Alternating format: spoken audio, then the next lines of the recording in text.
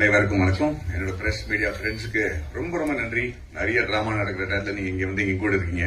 Thank you so much. எங்க வாழ்க்கையில இது ஒரு பெரிய டிராமாவா இருக்கு. ஏன்னா இன்னும் 2 நாள் இந்த படம் ரிலீஸ் ஆக போகுது. அதுதான் பக்கு பக்குன்னு நம்ம இருக்கோம். என்னோட டைரக்டர் வந்து நீங்க ஏற்கனவே அவர் பேசுறது கேட்டிருக்கீங்க. எவ்வளவு ஆர்வத்தோட பேசுறாரு, எவ்வளவு இன்ஃபர்மேஷனோட பேசுறாரு அப்படின்ட்டு. ஆனா வெற்றி வேளாளர் பேசுற பேச்சு இன்னைக்கே பேசிட்டாரு அவரு. சோ அதனால நான் அந்த நன்றிங்கிறது தான் அந்த அப்புறம் தான் சொல்ல போறேன். ஏன்னா எனக்கு நல்ல ஞாபகம் இருக்கு. என் முதல் படம் முடிச்ச அப்புறம் மணி சார் கிட்ட போய் நான் ஒரு நல்ல இமெயில், அப்பதான் இமெயில் புதுசா வந்துருச்சு, அவருக்கு நான் இமெயில் எழுதினேன். இந்த படம் பெரிய ஹிட் ஆயிடுச்சு, எல்லாரும் நல்ல பேர் புகழ்ல கிடைச்சிருச்சு. சோ மனசுல இருக்கிறதெல்லாம் அப்படியே ஒப்பி எழுதி 2-3 பேஜுக்கு 2-3 சைடுக்கெல்லாம் அந்த இமெயில் அனுப்பிச்சு ரொம்ப நன்றிங்க. ஒரு பெரிய ப்ரொடியூசர்கள் கூட தான் மகனுக்கு இந்த மாதிரி ஒரு இன்ட்ரடக்ஷன் கொடுக்க முடியாது அப்படின்னு நிறைய விஷயங்கள் எழுதுறேன். மணி சார் வந்து தான் படத்துல வர வசனங்கள் மாதிரி 2 லைன்ல பதில் சொன்னார். அவரு ஒண்ணுனா தேவையில்லாத உன்னோட கிராட்டிடியூட் எல்லாருக்கும் சொல்லிட்டு தெரியாத, நான் உனக்காக எந்த உபகாரமும் பண்ணல, என் படத்துக்கு என்ன நல்லதோ அதான் நான் செஞ்சேன், அதே மாதிரி நீ படம் பண்ணும்போது அப்படிதான் செய்வேன் அப்படின்னு நம்புறேன்னு இமெயில் நிறுத்திட்டாரு. சோ நானும் அதே மாதிரி இப்போ என்னோட நண்பர்களுக்கு இந்த டீம்ல இருக்கிற யாருக்குமே நன்றி சொல்ல போகுது இல்லைங்க. அது நான் வெற்றி விழாக்காக நான் வெயிட் பண்ணிட்டு இருக்கேன். நான் விக்ரம் வேதா டயத்தை கூட சொல்லியிருக்கேன். அதை நான் இப்போ அந்த மாதிரி ஒரு வாய்ப்பு கிடைக்குங்கிற நம்பிக்கையில எல்லார்ட்டையும் தைரியமா நான் நன்றி சொல்ல போவதில்லை. ஆனா சில பேருக்கு நன்றி சொல்லி ஆகணும். ஜிடி நாயுடுங்கிற ஒரு படம் பண்றதுக்கு முன்னாடி நம்ம என் வாழ்க்கையில சில ரியல் லைஃப் கேரக்டர்ஸ் அமைஞ்சிருக்காங்க. எனக்கே தெரிஞ்சோ தெரியாமலோ நிறைய பேர். ரங்தே பசந்தி பண்ணும்போது ஸ்குவாட்ரன்ல அஜய் ராத்தோட அதுவும் ஒரு ரியல் கேரக்டர் பேஸ் பண்ணி தான் இருந்துச்சு. குருங்கிற படம் பண்ணும்போது என்னோட கதாபாத்திரம் அது ஒரு ரியல் லைஃப் கேரக்டர் பேஸ் பண்ணி இருந்துச்சு. அண்ட் ராக்கெட்ரி கோர்ஸ் துரேந்தர் அண்ட் இப்போ ஜிடி நாயுடு. சில கேரக்டர்ஸ் பண்ணும்போது நமக்கு பயம் இருக்காது. ஏன்னா அவங்களாம் பேஸ்ட் ஆன் ட்ரூ கேரக்டர் தான் இருக்கும். சோ அதோட படம் ஜெயிச்சுன்னா நல்லது, ஜெயிக்கலன்னா படத்தை பத்தி தான் எல்லாரும் பேசுவாங்க. ஆனா ராக்கெட்ரிங்கிற ஒரு படம் பண்ணும்போது ஒரு உண்மையான உயிரோடு இருக்கிற ஒரு மனுஷனோட வாழ்க்கையை பத்தி நம்ம பேசிட்டு இருக்கோம். படத்தை நம்ம சரியா எடுக்கலன்னு வச்சுக்கலாம், ஏற்கனவே இருக்கிற பிரச்சனைக்கு அது அதிகமான ஒரு பிரச்சனை ஆகிறதுக்கு வாய்ப்பு இருக்கு. அதனால நான் ஏன் நன்றி சொல்ல விரும்புறேன்னா, முதல்ல GD Naidu sir, Rajkumar sir, Gopal sir, அந்த ஃபேமிலிக்கு. ஏன்னா இவங்க வந்து எங்களுக்கு வெறும் ஒரு படம் பண்றதுக்கு வாய்ப்பு கொடுக்கல, ஜிடி நாயுடுன்னு ஒரு கதாபாத்திரத்தை பத்தி உலகத்துக்கு சொல்றதுக்கு ஒரு வாய்ப்பு கொடுத்திருக்காங்க. அது நம்ம கரெக்டா பொறுப்போட எடுத்துட்டு போய் சொன்னாதான் அவரை பத்தியான நல்ல விஷயங்கள் மக்களுக்கு தெரியும். அந்த படத்தை நம்ம சொதப்பிட்டோம்னா அது வந்து பாதிக்கக்கூடிய லெவல்ல இருக்கும். அதை நான் இப்பவே சொல்லிடுறேன். அதனால அந்த பயத்தையும் அந்த மரியாதையோடையும் தான் எல்லாருமே இந்த படத்துல வேலை செஞ்சிருக்காங்க. ஏன்னா we cannot afford to be wrong or inaccurate about such an impossibly unbelievable character like G.D. Naidu. So we took that very seriously. Sir, thank you very much for trusting us with the reputation of this man. And I hope that we do justice by him.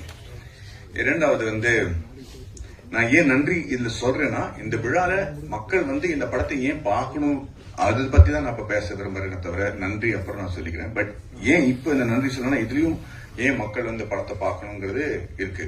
அது அடுத்தது வந்து Aravind sir. Aravind sir நானும் எப்ப பார்த்தாலும் அப்படியே உட்கார்ந்து இருப்பாரு, தூங்கிட்டு இருக்கிற மாதிரி இருப்பாரு, நல்லா எல்லாத்தையும் கேட்டு இருப்பாரு அவரு. நானும் அவரும் கிட்டத்தட்ட 23 வருஷமா ஒரு ஃப்ரெண்ட்ஸா இருந்திருக்கோம். என்ஜினியரிங் மேல எனக்கு எவ்வளவு ஆர்வம் இருக்கோ அதுக்கு 10 மடங்கு மேல அவருக்கு நாலேஜும் இருக்கு, ஆர்வமும் இருக்கு. நான் இன்ஜினியர் கிடையாது, நான் என்ஜினியரிங் படிக்கல. ஆனா இன்ஜினியரிங் ஒரு மிகப்பெரிய ஃபேன். அதனால எனக்கு என்னோட எக்ஸைட்மெண்ட்டுக்கு வந்து ஒரு துணையா இருந்தது வந்து அரவிந்த் சார் தான். பிகினிங்லயே வந்து ஹெலிகாப்டர் எப்படி பண்ணணும், அது எப்படி பறக்க வைக்கணும், ஆர்சி ஹெலிகாப்டர், உண்மையான ஹெலிகாப்டர்ல ஆர்சி ஹெலிகாப்டர் பிளேன்ஸ் அதெல்லாம் பறக்க வைப்போம். அதுலயே கீழே வந்து என்னோட போனை ஒட்டி அதை எப்படி ட்ரோன் ஆக்குவோம், மேல இருந்து எப்படி போட்டோ எடுக்க முடியும் அப்படின்னு நிறைய எக்ஸ்பெரிமெண்ட்ஸ் நம்ம பண்ணிருக்கோம்.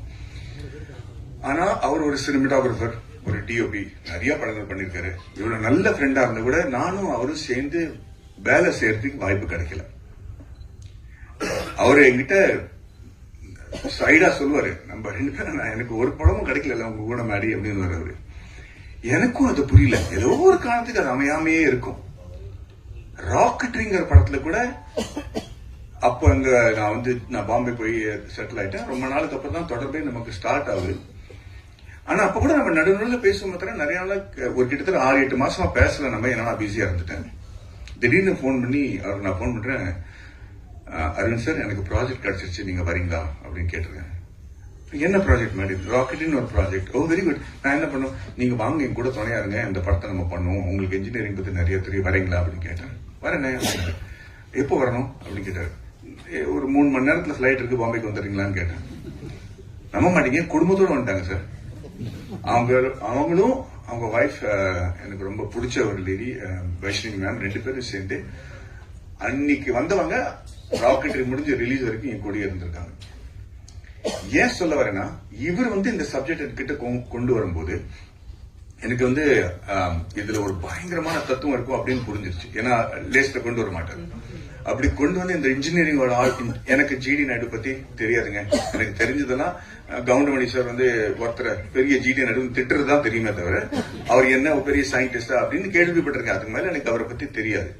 அதுவே ஒரு பயங்கர குற்றவுணர்ச்சியோட தான் நான் இப்ப ஃபீல் பண்றேன். ஏன்னா அரவிந்த் சார் இந்த ஆளை பத்தி சொல்லும் போது எனக்கு ரொம்ப நான் ரொம்ப பிரமிச்சு போயிட்டேன். சரி, இவரை பத்தி ஏன் மக்களுக்கு தெரியல அப்படிங்கிறது. இந்த படத்தோட நோக்கமே ஜிடி நாயுடுன்னு ஒரு ஆளை பத்தி நம்ம தமிழ் சிலபஸ்ல ஒரு சாப்டர் இருக்கணுங்கிற போராட்டம் தான் நம்ம அதித்தி பாலனோட போராட்டம். அந்த படத்துல சாப்டர் இல்லைன்னு நான் கேள்விப்பட்டேன். அது எனக்கு ரொம்ப தப்பா தோணுச்சுங்க. அண்ட் அதுக்கப்புறம் இந்த கதை எப்படி நடந்துச்சு, யார் என்ன பண்ணாங்கன்னு ஏற்கனவே எல்லாரும் பேசியிருக்கிறாங்க.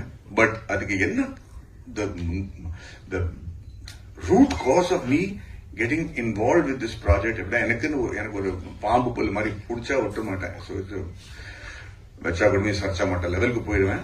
அதுதான் இந்த படத்துல எனக்கு நடந்துச்சு. ஏன்னா அந்த கதை கேட்ட உடனே ரியலைஸ் இந்த ஆளை பத்தி ஏன் மக்களுக்கு தெரியல, ஏன் நம்ம இந்த மாதிரி ஒரு மிகப்பெரிய மேதையை நம்ம பொத்தி வச்சிருக்கோம், யாருக்குமே ஒண்ணு தெரியாது. சத்யராஜ் சார் சொன்ன மாதிரி வெளிநாட்டுல போய் ஒரு சின்ன பாறாங்கல்லுக்கு ஏதாவது ஒரு டிஸ்கிரிப்ஷன் கொடுத்து அது ஒரு டூரிஸ்ட் அட்ராக்ஷன் ஆக்கி வச்சு கொண்டாடிடுவாங்க ஒரு கிராமத்துல. அங்க போய் நிறைய வாட்டி பார்த்து என்னடா இல்ல இந்த மாதிரி நம்ம நாட்டுல மூளைக்கு மேல இருக்கு, இப்படி பெரிய டூரிஸ்ட் அட்ராக்ஷனா பண்ணி வச்சிருக்காங்களே நம்ம நிறைய வாட்டி யோசிப்போம். ஆனா இந்த மாதிரி ஆளுங்க நம்ம கிட்ட இருக்காங்க, அவங்கள பத்தி தெரியாம இருக்கிறது ரொம்ப பெரிய விஷயம். சோ அவரை பத்தி ஏன் தெரியணும்? ஏன்னா இன்னைக்கு நடக்கிற பல விஷயங்கள் அவர் அன்னைக்கே பண்ணிட்டாரு. ஊபருங்கிற விஷயம் இப்பதான் நமக்கு தெரியும். அது அவரு அன்னைக்கு கிட்டத்தட்ட 80 வருஷம் முன்னாடியே பண்ணிட்டாரு. அந்த மாதிரி பல விஷயங்கள் இந்த படத்துல நீங்க பார்க்க போறீங்க. இத பத்தி இப்ப நீங்க அப்படி திரும்பி பின்னோக்கி பார்க்கும்போது இவரை பார்த்து தான் இவங்க கத்துக்கிட்டாங்களா, பில்கேட்ஸ் இவரை பார்த்து தான் கத்துக்கிட்டாரா அப்படிங்கிற ஒரு ஃபீலிங்கே நமக்கு வரும். ஏன்னா அவர் பில்கேட்ஸ் செஞ்ச பல விஷயங்கள் இவர் செஞ்சிருக்காரு. ரெண்டாவது, நானும் கிருஷ்ணகுமார் என்ன முடிவு பண்ணோம்னா, கதையில இது வரைக்கும் அவர் பத்தி ஏற்கனவே தெரிஞ்ச விஷயங்கள்லாம் நம்ம சொல்ல போறது இல்லை. ஏன்னா அவர் பத்தி தெரிஞ்ச இவர் இன்வென்டரா இருக்காரு, இவ்வளவு விஷயங்கள் இன்வென்ட் பண்ணாரு, அதெல்லாம் பெரிய படத்துல ஒரு 10% தான். ஆனா இவர் என்ன மாற்றங்கள் கொண்டு வந்த முயற்சி செஞ்சாரு, அந்த மாற்றங்கள் இஸ் இன்கிரெடிபிள்ங்க. ஃபீமேல் எஜுகேஷனா இருக்கட்டும், எஜுகேஷனல் ரிஃபார்ம்ஸா இருக்கட்டும், அக்ரிகல்ச்சரா இருக்கட்டும், பாலிடெக்னிக்ங்கிற ஒரு வார்த்தை என்னன்னு இவரால்தான் நமக்கு தெரியுது. பாலிட்டிக்கை இன்வென்ட் பண்றதே இவர் தான். ஒரு சிச்சுவேஷன் அப்படி am I right? That's actually. So அந்த மாதிரி இருக்கும்போது ஏன் இவரோட கதையை பொத்தி வச்சிருக்காங்கிறது எனக்கு புரியல. அண்ட் தென் முழு கதை கேட்கும் போது நான் நிறைஞ்சிட்டேன். இன்னைக்கு இருக்கிற ஸ்டார்ட் அப்ஸ் இப்ப நிறைய பேர் நம்ம நாட்டுல சின்ன சின்ன லேடிஸ் எல்லாம் ஊர்கா வித்து அப்பளம் பண்ணி வித்து பல லட்சம் ரூபாய் மாசத்துக்கு சம்பாதிக்கிறாங்க. Because they started their own enterprise. அது ஸ்டார்ட் பண்ணி ஒரு ப்ராடக்ட் இருக்கிறது மட்டும் இல்ல, அதை எப்படி பாதுகாப்பா வச்சுக்கிறது, அதோட கம்ப்ளைன்ஸ் என்ன, how do you start the company, how do you do the taxation, how do you do the compliance, quality control, இதெல்லாம் பண்ணி how do you start a bank account, how do you get this money in your account, how do you sell it online, இதெல்லாம் படிக்காதவங்க பண்ணிட்டு இருக்காங்க. And சத்தியமா சொல்றேன், they are earning in lakhs of rupees. But அவங்களோட அந்த ஊர்கா செய்யற திறமைக்கு தவிர இந்த ஆண்டர்பிரினர்ஷிப் எப்படி பாதுகாப்பா வச்சுக்கணும், எது இந்த கம்பெனி நம்ம கிட்ட யாரும் எடுத்துட்டு போக கூடாது, இந்த மாதிரி பல விஷயங்கள் இருக்கு இல்லையா, அதெல்லாம் அவர் அப்பவே செஞ்சு வச்சிருக்காரு. அண்ட் இன்னைக்கு ஜிடி நாயுடு நம்ம அன்னைக்கே கொண்டாட்டு இருந்தோம்னு வச்சுங்களேன். அன்னைக்கு முதல்ல வேலைக்காரங்க அவங்கள ஸ்டாப் பண்ணாங்க, அவருக்கு கிடைக்கக்கூடிய மரியாதை கொடுக்கல, அவங்களுக்கு கிடைக்கக்கூடிய அவர் சக்சஸ்ஃபுல் ஆகுறதுக்காக நடுவில் நின்னாங்க.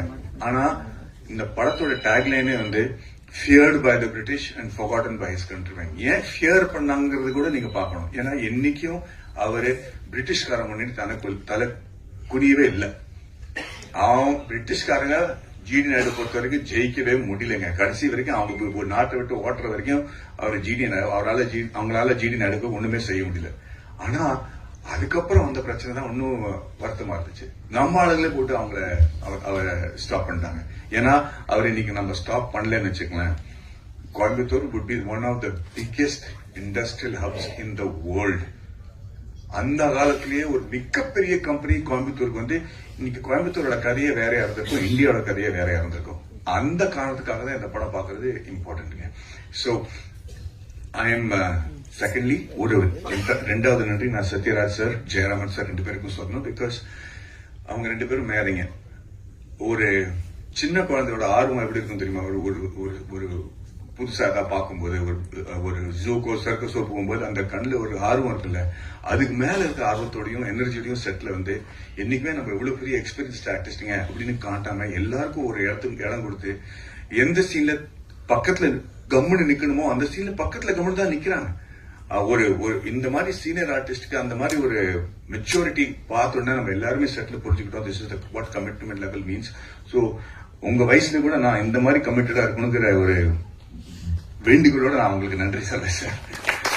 Guys, look at how young he is looking at. He's giving a run for the money to all young actors. And கடைசியா நன்றி சொல்றது ஏன் மறுபடியும் நன்றின்னு சொல்றேன், பிகாஸ் இதுக்கு இந்த சினிமாவுக்கு பொறுத்த ஒரு விஷயமா இருக்கு. இஸ் விஜய் அண்ட் வர்கீஸ் முகம் 2 பேரும் என்னோட ராக்கெட்டில் ப்ரொடியூசரா இருந்தாங்க. இந்த படம் பண்ணும்போது பல வாட்டி எனக்கு வந்து நான் உள்ள போயிட்டேன்னா வெளியே வர முடியாதுன்னு எனக்கு தெரியும். ஆனா எனக்கு நம்பிக்கைன்னு ஒண்ணு கொடுக்கறதுக்கு ஏன் இல்லாம இருக்கிறதுக்கு காரணம் என்னன்னா, எனக்கு புரியல ஏன் இந்த ஆளை பத்தி யாருக்கும் தெரியல அப்படிங்கிறது. நான் நிறைய ஆராய்ச்சி பண்ணிட்டு இருந்தேன், அதுக்கு டைம் ஆயிட்டு இருந்துச்சு. அண்ட் நிறைய வாட்டி நான் Vijay Vijay I sure you want to do this film, I sure you want to do this film அப்படின்னு கேட்டிருக்கேன். எனக்கு என் மேல எவ்வளவு நம்பிக்கை இல்லையோ அதை விட பல மடங்கு அதிக நம்பிக்கை விஜய்க்கு என் மேல இருந்திருக்கு. அதுக்காக ரொம்ப நன்றி விஜய். Thank you ma'am.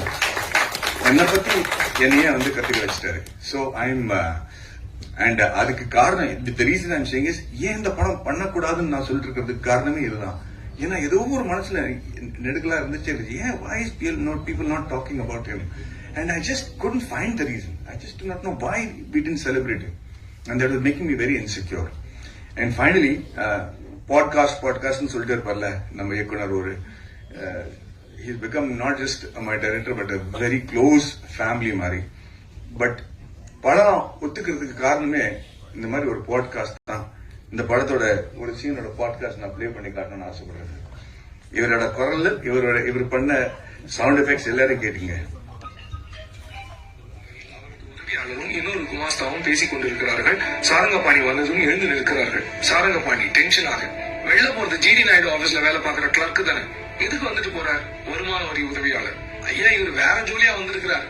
மிஸ்டர் போஸ்னு ஒருத்தரோட கடந்த 3 ஆண்டுகளா வருமான வரி கட்டின விவரங்களை கேட்டு வாங்கிட்டு போறார் சார். சாரங்கபாணி டென்ஷனாக, யார் வந்து என்ன கேட்டாலும் கொடுத்துருவியா? வருமான வரி உதவியாளர்.